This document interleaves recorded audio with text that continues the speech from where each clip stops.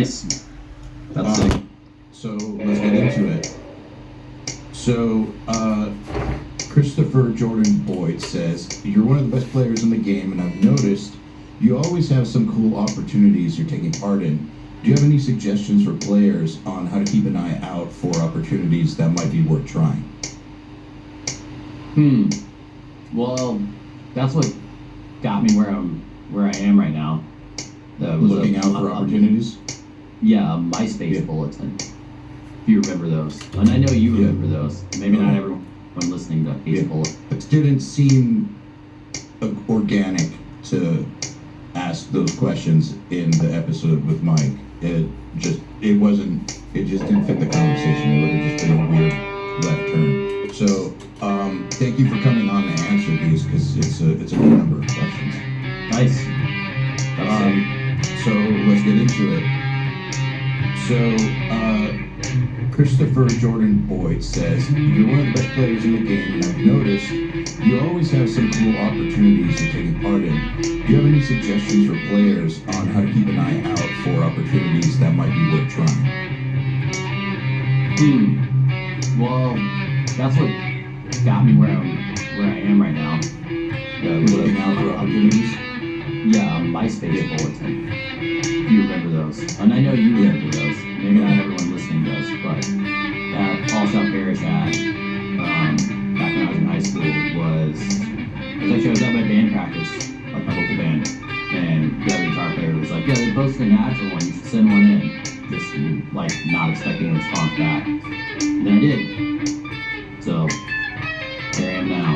And that wouldn't have happened if I hadn't seen that. And that was literally just a post. Kind of like similar to what the Smashing Pumpkins just did. If that makes sense? Like that's a good like analogy of it. Like they posted like, hey, you a guitar player, and a bunch of people sent stuff in. You know, we did something like that with Jens Bogren. He needed a new engineer at his studio, and he wanted somebody vetted through the URM community. So we literally ran his engineer search through URM, and he got a ton of people trying out. But someone got the job. Someone in the community got the job, moved to Sweden, and now is like working over there at Fascination Street. I mean, I feel like you have to. I feel like really like I connect a lot with this question, just because I feel like my life too has been a matter of seeing an opportunity and jumping on it. But like I feel like you just have to be in that kind of mindset of like looking for them, and when you see one, Just take a chance. Yeah, take a chance. Yeah. Exactly. Everything else though has kind of been like kind of just happened like through growing on my own from that initial point. Like I was asked to join All That Remains. Even same thing with Boo. Like when I was in Alto Parish, I filled in for them, and then they asked afterwards. And then Chelsea Grin was just a byproduct of getting kicked out of them, and because they just lost their guitar player, like within like a month or two of me getting kicked out, and we were all really good friends, so it just ended up happening. Like I was literally just randomly said, I was venting to Dan about getting kicked out, and I just randomly said, you should let me join your band, and he called me back like 4 hours later, and then I was going to Europe with them. But everything else, like even like writing the Color in Reverse song, Luke's their drummer, so he just brought me, just ended up, hearing more and more of our stuff, and then the conversation just got brought up, and then we did it, and it just ended up happening. Like just being a good person too, like easy to get along with, easy to hang out with, easy to work with is like almost more important than being, well, you need to be good at your craft, but not good to hang out with or like converse with, then no one's gonna want to work with you ever. Yeah, I feel like I'm thinking back to like we've been friends now for how long? What, like 12 years now? Yeah, since the Evolve EP, which came out in 2012. Yeah, so before then. Yeah, it's a long time, and all of my music industry relationships, that the people who are friends, but that you also, that's what's interesting about music, is you do work with people that are friends of yours. It's this like parallel kind of relationship. people work together and they hang out together. I mean, or hang out on the internet because oftentimes people never see each other. But like, usually people work with their friends. I think that's a big part of it too. Is you meet people through friends, and you know they introduce you to people, and through having friends and a good reputation, I feel like that's what makes things come together. And then there's also the whole aspect of, you know, people say that luck is preparation. Yes. Preparation meets opportunity. So when you had opportunities come up, the level of skill you had on guitar, the preparation that you did, made you be able to take advantage of those opportunities. One thing led to the next, to the next, to the next. Yeah, I feel like you're the perfect example of the luck equals preparation plus opportunity. Yeah, right place, right time, unfortunately, does have a lot to do with stuff in this industry as well. Yeah, but you can be right place, right time. Yeah. Several times and not even realize it if you're not prepared for it. Yep. Definitely truth to that. I haven't thought about it exactly like that, but you're correct, 100%. Like, if you're not ready for it when it happens, then it's gonna go to someone else. Oops. Yeah. Yeah, exactly. So I would say to Christopher is to put himself out there as much as possible, and try to make some friends. Look, it sounds like really like simple advice, but like for real, man, like I just think about, you know, what's the biggest thing Riff Hard has done? We did, of course, with Zach Wild. That's the biggest thing. I've known Blasco since Ozfest 2007. Like, we've been buddies since back then. It's kind of my relationships, the stuff that like is most fruitful are relationships that I've had for a long fucking time. And it didn't, you know, we did not start the relationship as trying to work together. He just happened to be the dude and, you know, the dude that played bass in the headlining band on the tour. He's done a lot. Yeah, he's done a lot, but he's like friends with everybody. He tries a bunch of stuff. Some of it doesn't work. A lot of it does work. But he's always got like something new happening. And he's not afraid to fail, which I think is a big part of it. Like there's been several Blasco projects I know of that he told me about that he was starting that just never went anywhere. But then there's been several others that have been fucking big. Yep. So. Win some, lose some. Always happens. Win some, lose some. Yeah. All right. Zach Seif says, how do you organize / decide which riffs are for your solo project versus All That Remains? Well, that kind of starts from inception. Like, I automatically know what I'm writing for.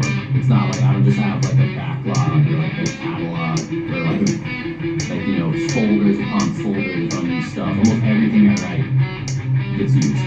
I would say like 95% of everything I write gets used for something. I don't just have like a bunch of like half-assed riffs just sitting around just to like ship something out. You know what I mean? That's a waste of my time, in my opinion. It's like if I'm gonna work it on something and write it, like it's gonna get used for something. I'm not just gonna sit up here cracking out riffs just to force something out. Because then it sounds forced. Like if you're just like trying to pump out stuff constantly, then it's gonna sound like that. You know what I mean? So I'm fascinated by your answer actually, because so first of all, so you sit down and write for something specific that you're doing, first and foremost, right? Now, yeah. Okay, yeah, I relate to that a lot. Like, I've talked about this with my girlfriend a lot. She paints guitars for the Fender Custom Shop. She really does, like custom guitars. And people are always like, do you ever just paint for fun?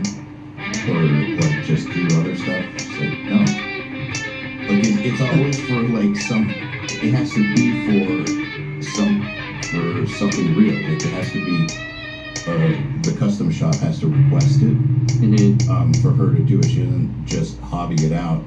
And Yeah. I feel the same way with like everything I do is like for a specific purpose. So I find that interesting. But what I wonder about is, okay, so you use 95% of everything you write. Does that mean that you don't write shit, or does that mean that you delete the shit?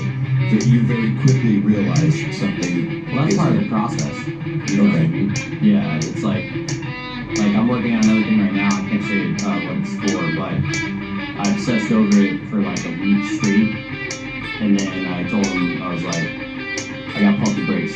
Like I've been like so deep in this, like the only thing I've been listening to like at all for like a week straight now, and it's coming out sick. It's coming out really good, but I just needed like a breather, you know, like a reset, because you start to like not be able to hear it like objectively or as objectively, and you don't like get newer or different ideas. Like, so taking a step back, if you have the time to, like that's the other thing. It's like you don't have like a hard deadline or anything like that. Like I've always found if I can take like a week or two, if not longer, off from that one specific thing, like coming back to it with like this fresh set of ears and like thought process, like the brain isn't fucking snooze and just slaving over it anymore.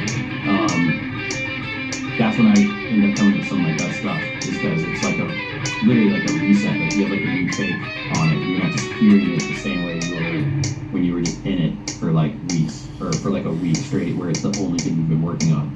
You know, a lot of times people don't have that opportunity because, like, you know, label deadlines and like strict studio time and like all that stuff. It's like, just gotta get it done. You just gotta get it done.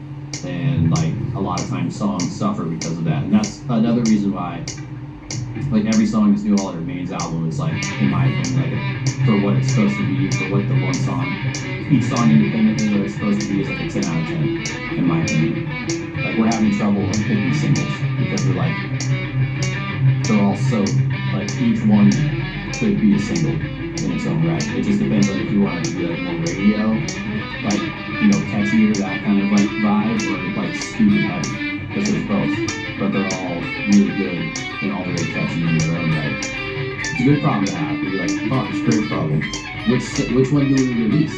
Like usually, you know, there's always like one or two where you're like, those are the ones, and we're just like scratching our heads like, which one do we put out? That's awesome, especially for the type of band that All That Remains is. Like, that I would imagine that would be the goal. I mean, obviously writing a killer record, but that killer record is going to a specific audience that consumes it a specific way.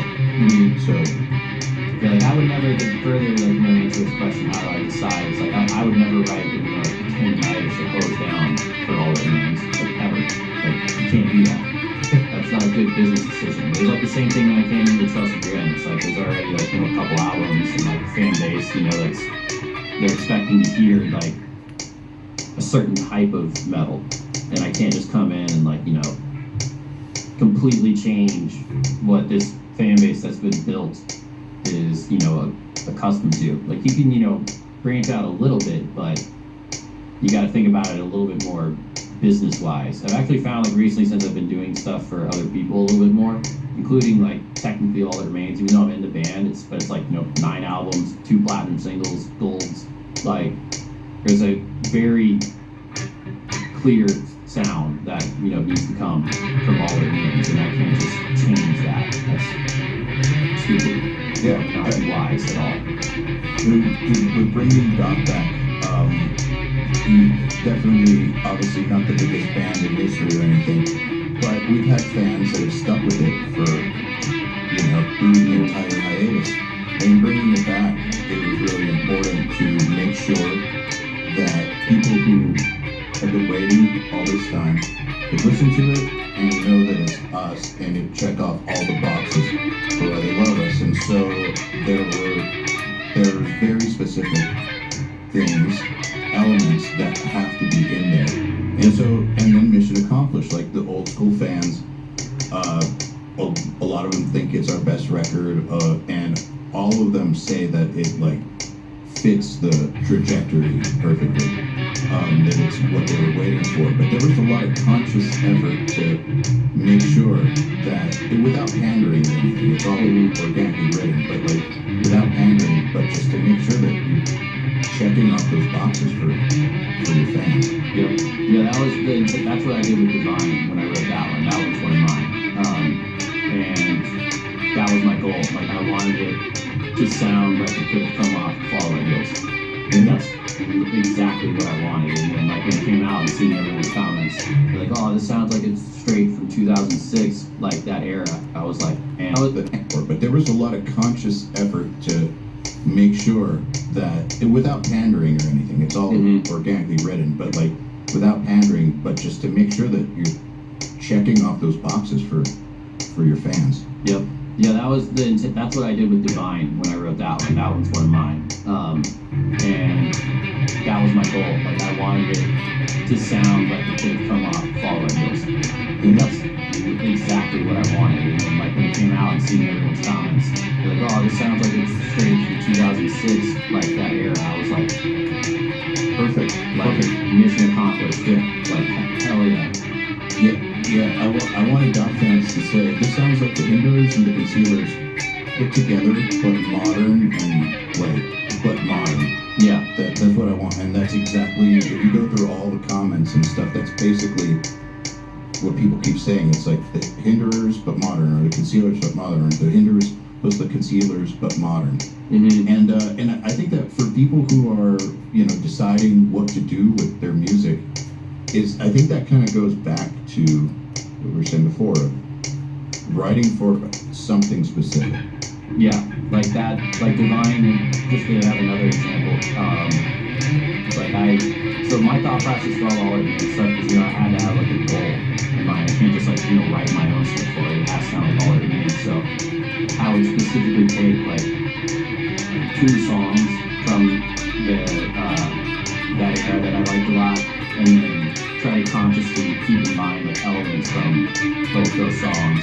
And then it's like, for Divine, for example, I picked This Calling and Not Alone. It's like, how can I hybrid these 2 songs from Fall Right Heels, like in a modern way with my own twist on it? And that's what ended up coming out. I'd also just relearned a bunch of children modems at the time too. I had just gotten my Alexa ESP Colored Heels, like in a modern way with how can I hybrid these 2 songs from Fall Right Heels, like in a modern way with my own twist on it? And that's what ended up coming out. I'd also just relearned a bunch of children modems at the time too. I had just gotten my Alexa ESP, so I was kind of like in that thought process as well. That's from they were in their prime around that same era, so it all kind of like ended up blending together. And that's how I thought about that one. And then Let You Go, that's another one of mine. And we need another drop C song. So when you're playing it live, you don't have to play one song, switch guitars. And it's just for one song, kind of kills momentum in the set. So we need at least one more song that we drop C, so I ended up writing Let You Go. And I had actually taken, for whatever reason, I got on an electric cowboy kick, just because they're super fun, and like they're actually really sick. Like, one more song that was in drop C, so I ended up writing Let You Go. And I had actually taken, for whatever reason, I got on an electric cowboy kick, just because they're super fun, and like they're actually really sick. Like, it's obviously a joke, clearly, like, they're just trying to have fun while writing, like, catchy music at the same time, but it's like, you gotta take it for what it is, like, and what it is done very well.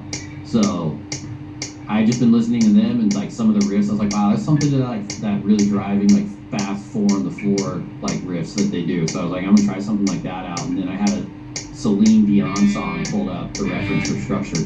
I'm not even kidding, like, pre-pro name for that song was Electric Dion. And that's why there's the key change at the end too, like, that old Max Martin, like, Dr. Luke, like, pop structure chick that was all over the place in like 90s pop, like Backstreet Instinct, like all that stuff. It works too. Yeah. So that's how I Let You Go and I mean, I love that. I love that because it's, to be able to recognize great things about any any genre of music. I feel like even if you're not a fan of the genre,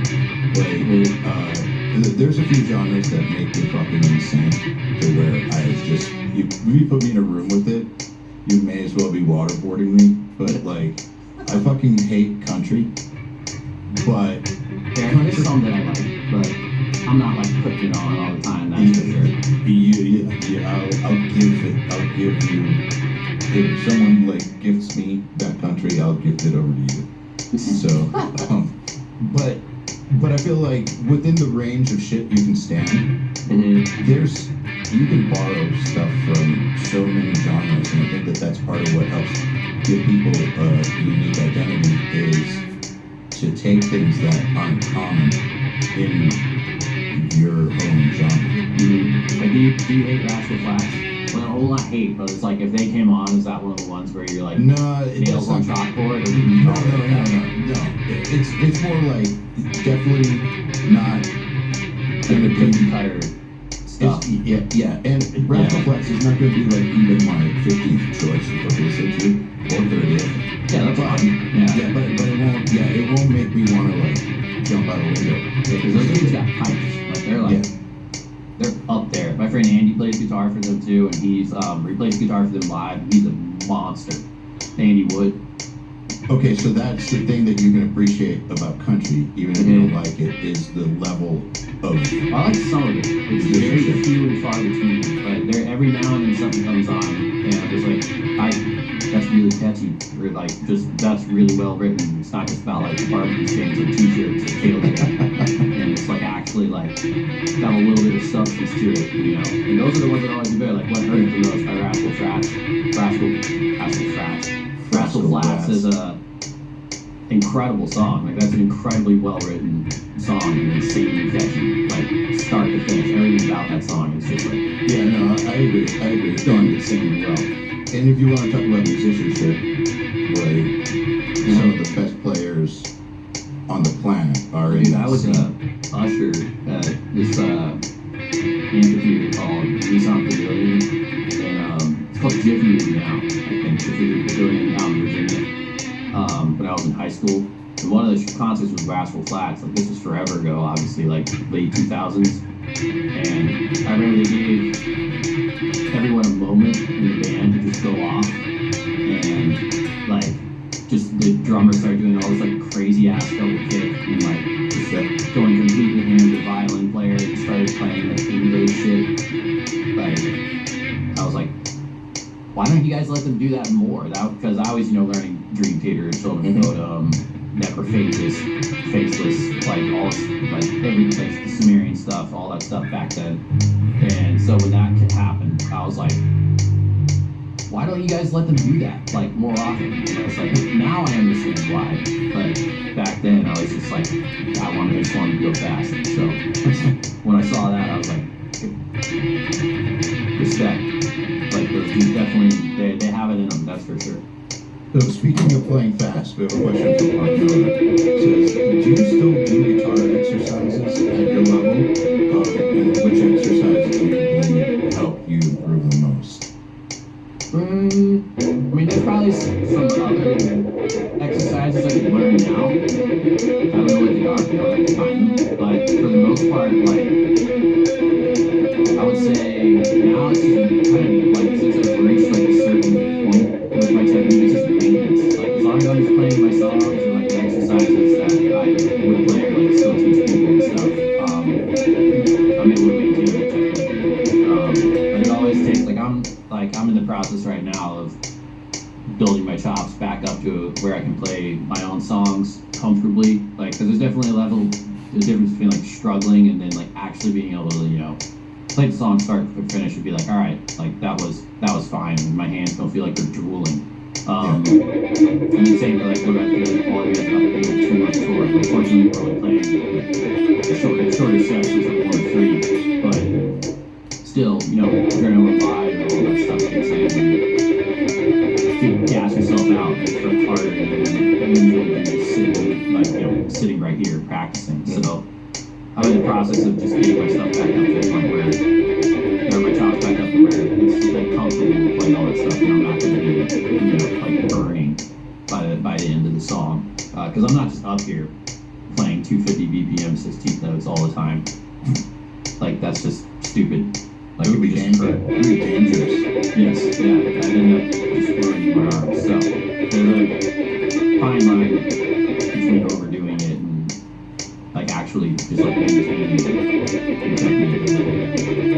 Yeah, it's like bodybuilders, professional bodybuilders, you know, they have their on season and off season. Yep. In the off season, I mean, they don't look like they do in those contests. In the off season, no, I mean, they're still athletes, but a lot of them will put on like 20 pounds of fat and like 25, 30 pounds of Oh, fat. yeah. Like, they will work out a lot less. They'll still work out, but we're not talking like real, like 4 months straight of contest prep, where every fucking gram of food is counted and everything is measured, and it's like, and I feel like playing battle, it's a similar thing. Like every sick player I know who has gotten to the professional level has time periods where they are like prepping for a thing, and it could be a month, 2 months, 3 months, whatever it is, where they are just like technique.